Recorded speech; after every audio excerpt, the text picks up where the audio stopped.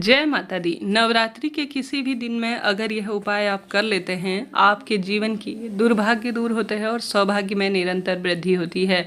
आप जानते होंगे नवरात्रि के 9 दिन चमत्कारी हैं। इस बार तो बहुत दुर्लभ संयोग हो रहे हैं।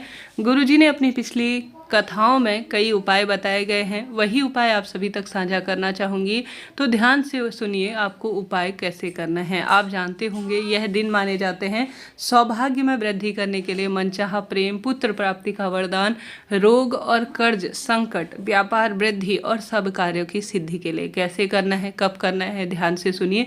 आपके अपने घर के मंदिर में अगर आप करते हैं तो अत्यधिक शुभ है।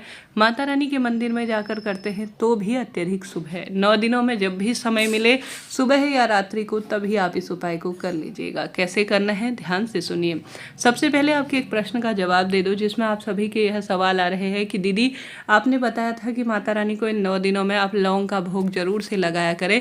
भोग लगाने के बाद उस नारियल जो लौंग चढ़ाया है उसका क्या करें। तो इस प्रश्न का यही उत्तर है कि आप सभी को उसे जो है भोग स्वरूप माता ने ग्रहण कर लिया है। आप सभी को उसे जब आप अग्यारी देंगे या छोटा सा हवन करेंगे अष्टमी नवमी के दिन इकट्ठा कर लीजिए, या जैसे सुबह आपने चढ़ाया या शाम को चढ़ाया, तो आप सभी को अग्यारी के माध्यम से या घर में धुनी करते हैं तो उसमें उस जो है लौंग को डाल देना चाहिए। ठीक है जी, यह आपके प्रश्न का सुंदर उत्तर था जो आप सभी को ज्ञात हुआ होगा।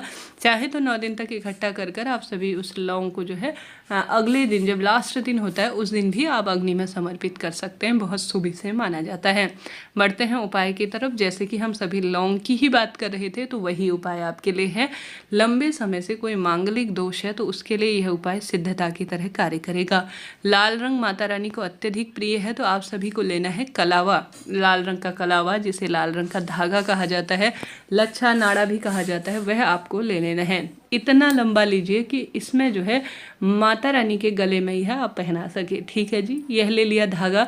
अब आपकी उम्र जितनी हो गई है, जैसे आप अपने बच्चे की मनोकामना पूर्ति या उसका स्वभाव बहुत अच्छा हो इसके लिए या उसकी नौकरी के लिए कर रहे हैं, तो उसकी उम्र के बराबर, जैसे बच्चे की उम्र 15 साल है, 10 साल है, 20 साल हो गई है, या आप स्वयं कर रहे हैं तो 25-30 साल उम्र है, विवाह के लिए, नौकरी के लिए, सरकारी नौकरी के लिए, कर्ज मुक्ति के लिए भी अपने लिए कर रहे हैं, तो अपनी उम्र के बराबर आप सभी जो है लौंग ले लीजिए। ठीक है जी, लौंग एक बार छांट लीजिए अच्छी तरह से। आप सभी जो है लौंग को एक कटोरी में रख लीजिए। ठीक है, माता रानी को लौंग किसी भी स्वरूप में समर्पित किए जाते हैं ना तो वह भाग्य को उदित करते हैं, संकट कष्ट पीड़ा का नाश कर देते हैं। तो वही लौंग आपको लेना है। उन लौंग से आप सभी को एक सुंदर माला तैयार कर लेनी है। आप सभी को जो है साथ के साथ एक लंबी बत्ती का घी का दीपक भी बना लेना है। ठीक है, बना लिया। अब आपको इसे लेकर माता रानी के मंदिर में चले जाना है। इस बात का भी ध्यान रखना है कि आप सभी लौंग जो ले रहे हैं वह कहीं से खंडित ना हो, टूटी फूटी ना हो, अच्छी अवस्था में, परिपूर्ण अवस्था में फूल वाली लौंग होनी चाहिए। ठीक है जी, यह बात भी क्लियर हो गई। तत्पश्चात आप सभी को क्या करना है, माता रानी के सामने सबसे पहले कोई उपाय कर रहे हैं या घर के मंदिर में भी, तो आपको एक लंबी बत्ती का घी का दीपक जला लेना चाहिए। माँ के सामने जो भी है भोग आपके घर पर जिस स्वरूप में है उसे आप माता रानी को समर्पित करें उनके चरणों में।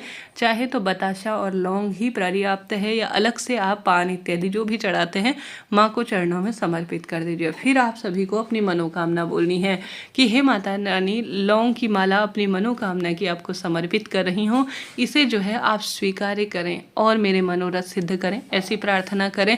और जो आपने अपनी उम्र के अनुसार, जितनी भी आपकी उम्र है, 15 साल है बच्चे के लिए कर रहे हैं, उसके अग्रसर के लिए उसके नवग्रहों की दशा कट जाए और उसके जीवन में उसके ग्रहों की दशा चमक जाए, इसके लिए, या उसका गुस्सा क्रोध कम हो, या उसका दुर्व्यसन दूर हो, या अपने पति के लिए व्यापार में उन्नति के लिए कर रहे हैं, या अपने बच्चों के विवाह के लिए कर रहे हैं, या रोजगार में वृद्धि या दुख कट जाए, रोग कट जाए, इसके लिए कह रहे हैं, तो वह आप सभी माँ से कहें।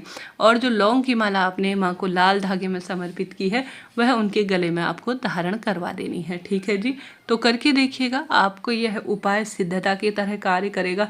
चमत्कार है यह उपाय, आप सभी को इसे करना चाहिए।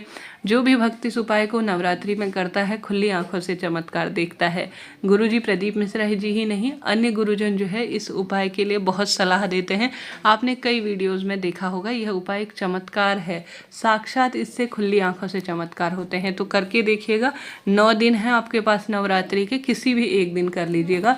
पूरे 9 दिनों की इस बार नवरात्रि है, तो यह चमत्कार आपके जीवन में सदा सर्वदा खुशियों के भंडार लेकर आएगा। तो इन 9 दिनों में किसी भी एक दिन करें, निश्चित ही आप लाभ प्राप्त करेंगे। कोई वीडियो में आपके कमेंट्स हैं या नवरात्रि के कोई दिनों के संबंधित आप सवाल पूछना चाहते हैं तो कमेंट्स में पूछिएगा, आपके सभी सवालों का जवाब आप प्राप्त होगा। कमेंट्स में जय माता दी लिखिएगा, साथ ही श्री शिवाय नमस्तुभ्यम लिखना ना भूलें। बढ़ते हैं दूसरे उपाय की तरफ, जो कि खास तौर पर रोगों से मुक्ति के लिए है। यह उपाय जो है नवरात्रि, 4 नवरात्रियाँ आती हैं, 2 गुप्त और 2 प्रत्यक्ष। उनमें किसी भी नवरात्रि में अगर यह उपाय किया जाता है ना, तो ऐसा चमत्कार इसका होता है जो अपने आप में अद्भुत है। दवाई खाकर दिन की शुरुआत होती है। कोई मांगलिक दोष है, कोई ऊपरी किया कराया, कोई बाधा जीवन में है, तो आप सभी को मात्र अपने मटके से एक जल का लोटा ले लेना है। ठीक है जी, ले लिया। यह भी नवरात्रि के किसी भी दिन किया जा सकता है। जल के लोटे में आप सभी को जो है एक बेलपत्र डाल देनी है। बेलपत्र डालकर श्री शिवाय नमस्तुभ्यम कहकर अपना नाम और गोत्र बोलकर, या जिसके लिए आप कर रहे हैं उसका नाम गोत्र बोलकर, और महादेव के सभी जो है आपको स्मरण करते हुए, चाहे तो 12 ज्योतिर्लिंग का स्मरण करें या अवधूतेश्वर महादेव का ध्यान करें, कुंदकेश्वर महादेव का ध्यान करें। कोई इसमें नाम जो है विशेष नहीं है, बस आपको नाम का ध्यान करना है महादेव का। ठीक है जी। अब बेलपत्र आप सिर पर चढ़ी हुई भी ले सकते हैं, नई तरोताज़ा भी बेलपत्र आप ले सकते हैं, इच्छा आपकी है। बेलपत्र खंडित ना हो इस बात का भी ध्यान रखें, और 5 बजे बाद किसी भी वृक्ष के नीचे जल नहीं चढ़ाया जाता, इस व्रत का भी आप ध्यान रखें। इस बात का भी नियम के तहत उपाय करते हैं तो सिद्ध होता है। तो आप सभी को क्या करना है, जल का लोटा जिसमें एक बेलपत्र डालनी है। आप सभी को बच्चे के ऊपर से, जो व्यक्ति रोगीला है, स्वयं आप भी रोग से प्रभावित है, अपने ऊपर से एंटी क्लॉक अर्थात उल्टी दिशा में 21 बार आपको उतारा कर लेना है। कितनी बार? 21 बार उल्टा जो है घुमा लेना है, अर्थात एंटी क्लॉक करके उस लोटे के अंदर बेलपत्र डालकर घुमा लेना है। पूरे घर में भी इसे घूम जाना है, और इसे लेकर आपको बेलपत्र माफ़ करें, नीम वृक्ष की जड़ में समर्पित कर देना है बेलपत्र सहित। ठीक है जी। नीम वृक्ष में माता रानी की 9 महाविद्याएं, 9 देवियों के स्वरूप और 10 महाविद्या 9 माता के स्वरूप वास करते हैं, ऐसा शास्त्र वर्णन कहता है। लंबी बत्ती का घी का दीपक नीम वृक्ष की जड़ में भी लगाएं, और यह जो है अपने आप में जो आपने घर में घुमाया है जल का लोटा, और उस व्यक्ति के ऊपर से 21 बार एंटी क्लॉक आपने घुमाया है नीम वृक्ष की जड़ में, नवरात्रि के किसी भी दिन आप अपने रोग कट जाए, क्रोध कट जाए, ऊपरी बला कट जाए, संकट कट जाए, पीड़ा का नाश हो और हर कार्य में उन्नति हो, यह कहते हुए आपने समर्पित कर देना है। आप जानते होंगे नीमड़ी वृक्ष में देवी मैया का वास माना जाता है, और कष्ट चमत्कार का हरण करने का यह माँ का स्वरूप है। तो देर रात्रि तक इस उपाय को कर लीजिएगा, खुली आंखों से आप चमत्कार देखेंगे। माता रानी के सुंदर दिन हैं, निरंतर चैनल पर वीडियो आ रही हैं, कृपया उन्हें देखकर अपना जीवन सार्थक करें। जय माता दी।